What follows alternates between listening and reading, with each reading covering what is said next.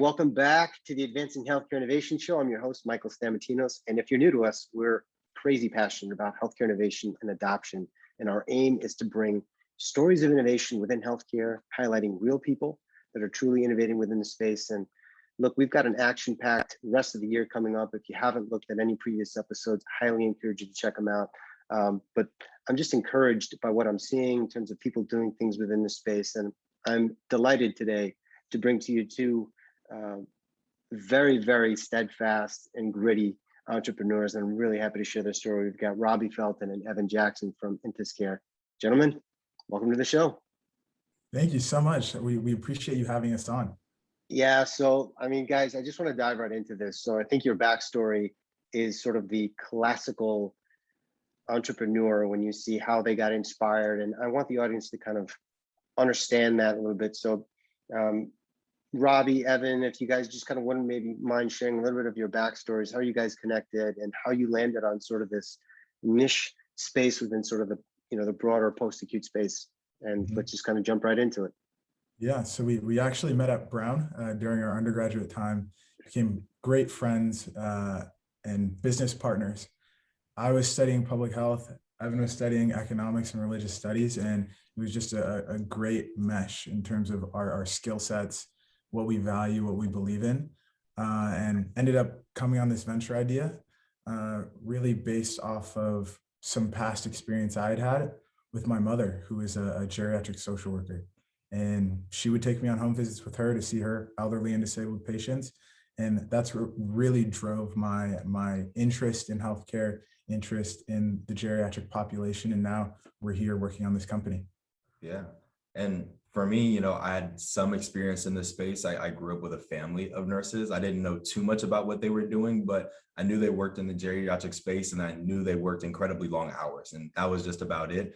I really had my first opportunity to get a foray into this space, really from a back-end perspective through a private equity firm I was working with, really focusing on those long-term care facility investments. And that's when I came to Brown. Just like Robbie said, we met each other. He had a lot of experience in the space, saw the nitty-gritty aspects of how it could improve.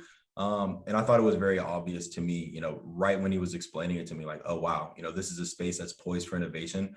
In a space that impacts everybody. I think that, when you think about it, your family members, yourself, this is one of those few unique spaces that really touches the vast majority of people. Everyone gets old, everyone needs care, and that's where we step in to help.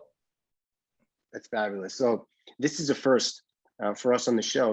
We've actually never had two co-founders on at the same time. And you guys mentioned something that I think is actually really important, not only to other founders that have, other co-founders and such, but also within innovation. There's an alignment aspect that needs to be there. People need to be fully aligned in terms of what the vision is, where you're trying to head to. Can you talk a little bit about the vision of Intus Care, the immediacy of the problems that you're trying to solve and what you guys have done to date in terms of solving those issues? And we can talk more about that in there. So unpack that a little bit. Yeah, I think it's one of the main things that we look to do for these organizations is help them become proactive in areas that they couldn't be before. So see trends in their data that can help improve patient outcomes. So rather than reacting to a hospitalization, reacting to a fall, can you start to see those events starting to creep up so you can start to mitigate risk for them? And we want to do that throughout the geriatric care space because it's such a vulnerable population. People talk about there's going to be every single baby boomer over the age of 65 in the next 10 years, and it's going to be important for us to build the infrastructure to care for them. I think it's important to have data be a huge piece in that, so we can start to plan. Yeah, and you talk a little bit about the immediacy and the importance of this, and we think that is, just like Robbie said, is something that is so important right now. I think that as you look throughout multiple industries and specifically healthcare, you see technology and different data elements being applied to the hospital space, and innovation happening in the insurance and payer space. But really, we found this geriatric and long-term care space to be overlooked in a lot of ways in terms of the innovation that we saw across the healthcare industry as a whole. And so it was really important for us to bring this sort of technological innovation to this space. What do you think have been some of the blockers in terms of maybe some of the reasons as to why innovation hasn't happened. I mean, maybe let's take a step back. I mean, how do you define innovation? Because I think people define it differently. So I'm just curious as to the viewpoint of Intus. How do you guys define innovating within this space? Yeah, so for me, innovation and entrepreneurship really go hand in hand. So can you create something new? Can you create something useful? Can you create something impactful that people want? And the people wanting it is where the entrepreneurship ties in. And the biggest blocker to change in this space, change for the better, has been things people talk about: the interoperability, the complex financing models, provider burnout. There's so many different things that are all kind of coming together in a big soup that are making it difficult for us to get to where we want to be in terms of healthcare.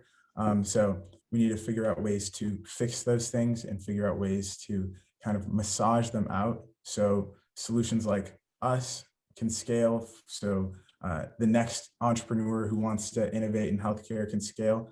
But these are major system-wide issues that everyone's aware of. So it sounds like there's a confluence of issues that are going on. And do you think that it's just tough for people to tease out one of them, solve them one at a time, or because they just see so many of them that they just sort of get flustered and then they just say, you know what, the heck with it. We're just going to keep doing the things the way we've been doing. And I feel like the enemy of innovation is good enough. That's good enough. It's good enough. We'll just keep moving on.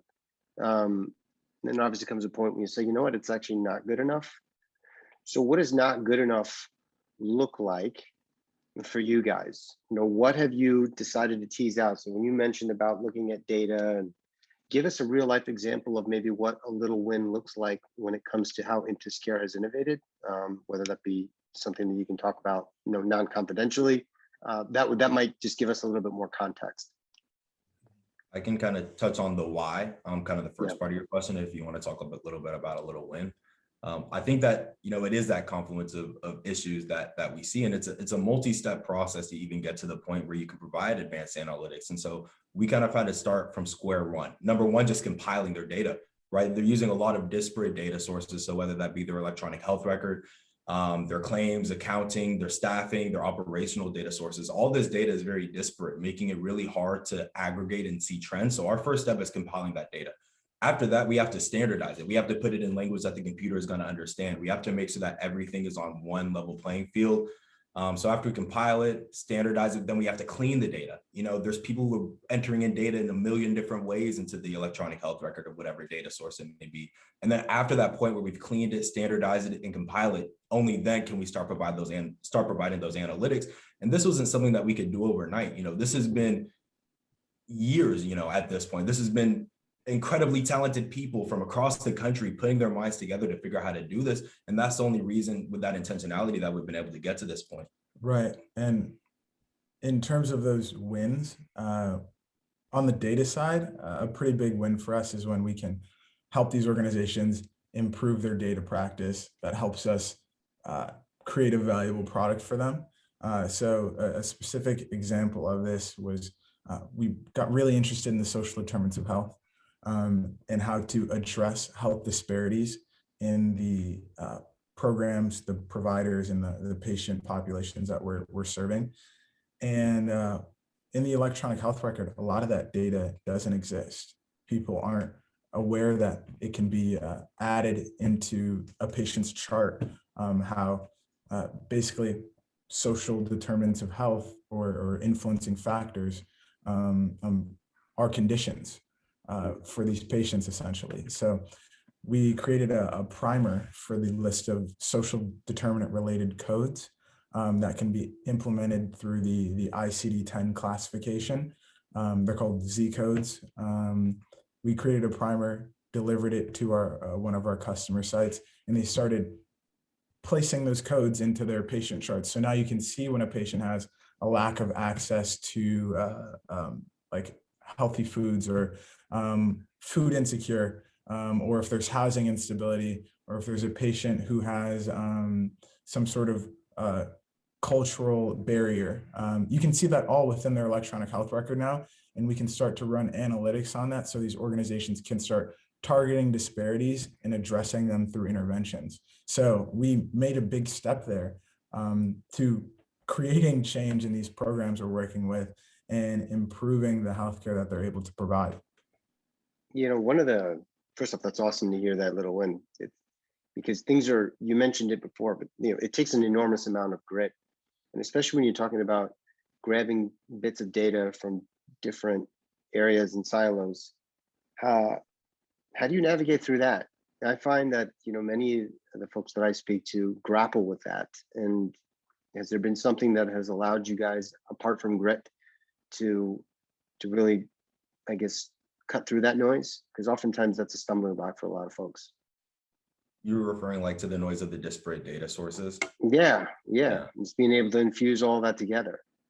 Yeah. So it took a whole lot of intentionality. You know, we knew that we weren't just going to come in and solve this in a day. And we knew that this was going to take time and a lot of careful thought, preparation, not only just on our side internally, but a lot of conversations with our customers, with experts in the space, looking at, you know, how it's been currently structured and what we needed to do. And so when thinking about this and starting this, we decided to raise our initial fundraising round. We raised our pre-seed round, and that capital was really devoted towards figuring out how we could start to merge these different data sets, how we could start to compile and standardize and uniform all of their existing software resources to start providing those analytics.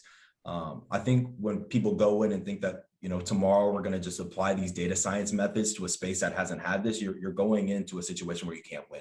You know, we knew we were starting at square zero, and that was where we had to start building and building and building to get to the point where we're at today. Right. So it's being realistic and reasonable in what you can innovate in and how you can innovate. Because there's things you can't change at the snap of a finger, but you can assist the movement of that change. So that's what we're doing. Like we can't merge all the electronic health records into one, all these big corporations, but we can help a program better utilize the electronic health record that they're already signed on to. So it's just, like I said, being reasonable, being realistic, and the change we can make and assisting the current change that's happening come to fruition. I mean, it also sounds like you're managing expectations of the customer. And letting them know that this isn't going to be an instantaneous process, and that this is going to be something that we're going to continue to work together. We're going to be equally aligned and continue to iterate. And so it seems like that level of communication needs to be constant, because I think things can get caught off track pretty quickly.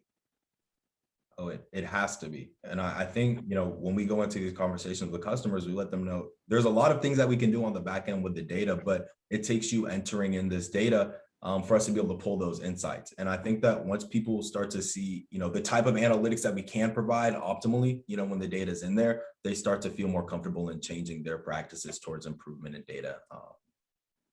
What have been some really fun outcomes that you guys maybe that surprised you as a result of driving these insights? You know, because ultimately it seems like the end customer, when you provide insights, they have to take some action on them. What have been some actions that have been taken upon that kind of surprise you, whether it be in a good way or in an alarming way? Yeah, I think for me, it's always interesting seeing the social determinants of health apparent in the data that we have. Additionally, seeing like where health disparities might exist. So we at times see statistically significant differences in outcomes based on patients' zip code, or statistically significant differences in patients' outcomes by race. So when we look at these stratifications and see that a specific subset of patients are utilizing at a higher rate than another, it's really interesting information for organizations to hear, because they're completely not aware of it. And it makes me so happy when we give them that information and they take interest in actually making it actionable and putting into place interventions that are going to reduce these disparities.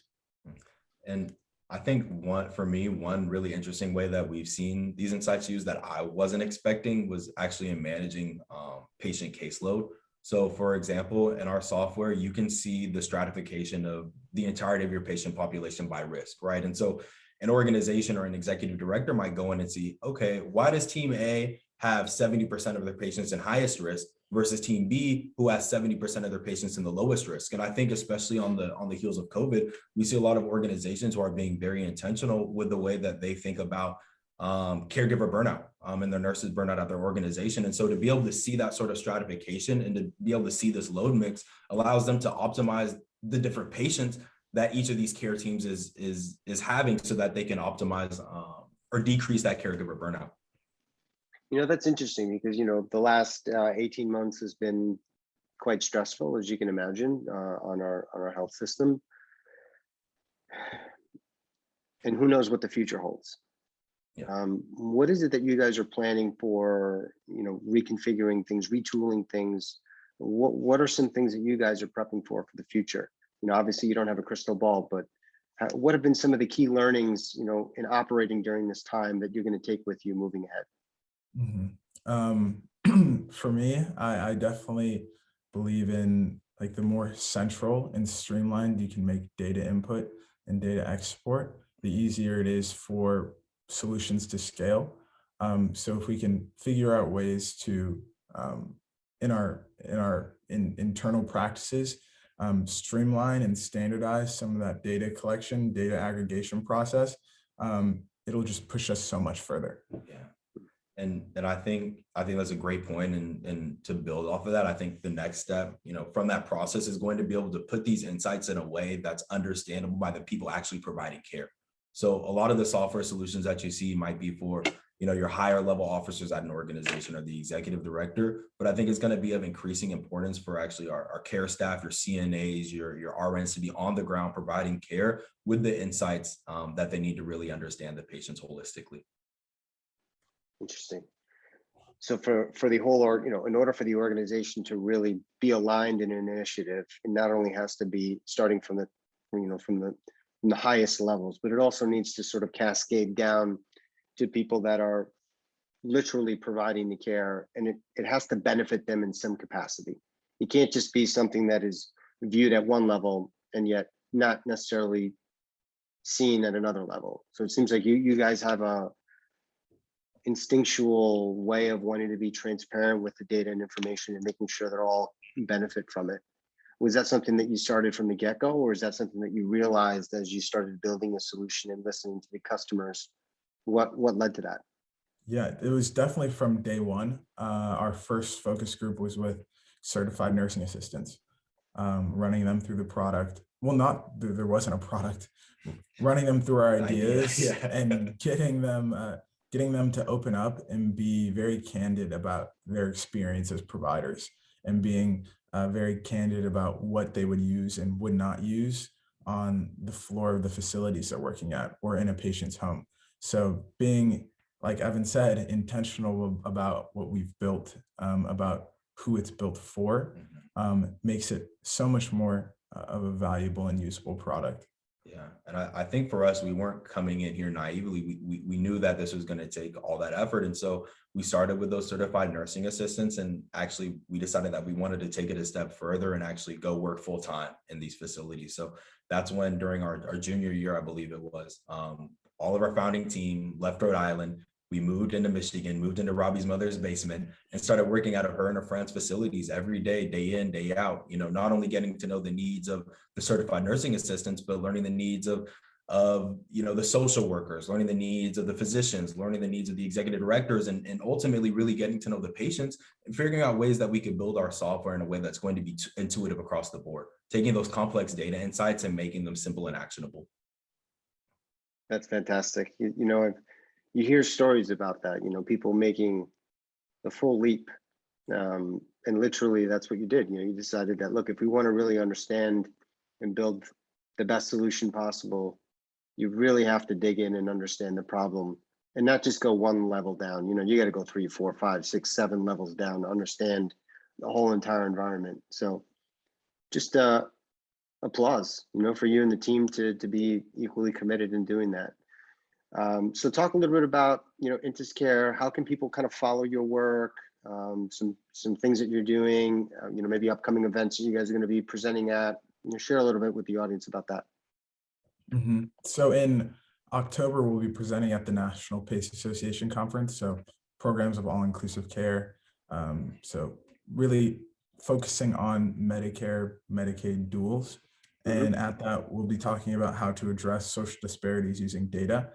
So a few of those topics I keyed in on during this conversation. Additionally, on our website, we have a newsletter you can sign up for. So you can get all those friends and family updates on what's going on at Intus Care. Yeah, I think that's great. We have our LinkedIn. You can follow us all on LinkedIn. And additionally, I want to encourage everyone listening to really start looking at these different models of care that are coming out in the geriatric care space. Once again, it's something that's going to impact everyone across the board. I think for us, we've been really fortunate to work with so many great programs. Specifically, we've been working with a lot of programs of all-inclusive care, which is just an incredible model of care where they see really great outcomes in a model that makes sense. It makes a whole lot of sense. And so we're really proud to be doing that. So want to encourage people to do that reading. Sure. I mean, it seems like you guys have really focused in on that particular niche. Are there other niches that you have an eye on that you think you can make, as equal or greater of an impact? Right. So I think PACE is a great starting point, and it's a great starting point because we're very interested in the dual eligible population. So people who are both aged and receiving Medicare benefits, as well as low income receiving Medicaid benefits. So anywhere across healthcare where we can work with duals, improve their quality of care, improve their outcomes, I'm interested in working there. We're interested in providing analytics and solutions to them and their providers. Fantastic. And, just one last question. This is what we normally sign off with. It's, we've got a wide audience, from innovation folks that are on the payer side, on the provider side, investors, also other entrepreneurs. If there's one take that you can provide to them, what would that be? And, maybe Robbie, we'll start with you. One take that I would throw out there is just be patient first, because that's really the end goal of healthcare, is keeping people healthy. So let's be proactive in doing that. So let's keep people healthy before they get sick. And data is a great way to do that. So feel free to support us in any way you can, because that's our goal. We'll all be aged at some point. Yeah, that's about it.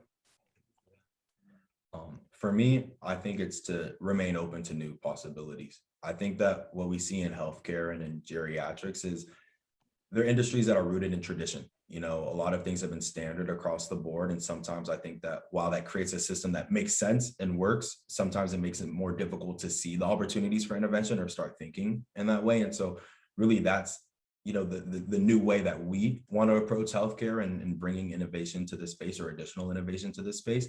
And so once again, for the folks who are listening to this, who are interested in new ways to innovate healthcare, new ways to innovate the geriatric care space, I think that really well aligns with our mission and what we're trying to do. Yeah, guys, I'm just elated for what it is that you've done so far. You guys are both have an enormous amount of wisdom, and I think that's just from experiences, diving in, throwing yourself in there. So for those that are listening, I just want to encourage you that wherever you're consuming this content, hit the subscribe button right now, and also encourage you to comment. And it's nice to see how people feel about this information that, both Robbie and Evan have been gracious in sharing and just being open and rigorously honest.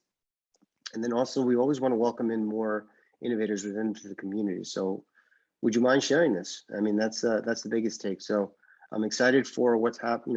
I think the best is yet to come for both of you guys, for Intus Care. So I'm excited for that. And thanks guys for joining, and I'm looking forward to having you back on the show and keep up with what's going on.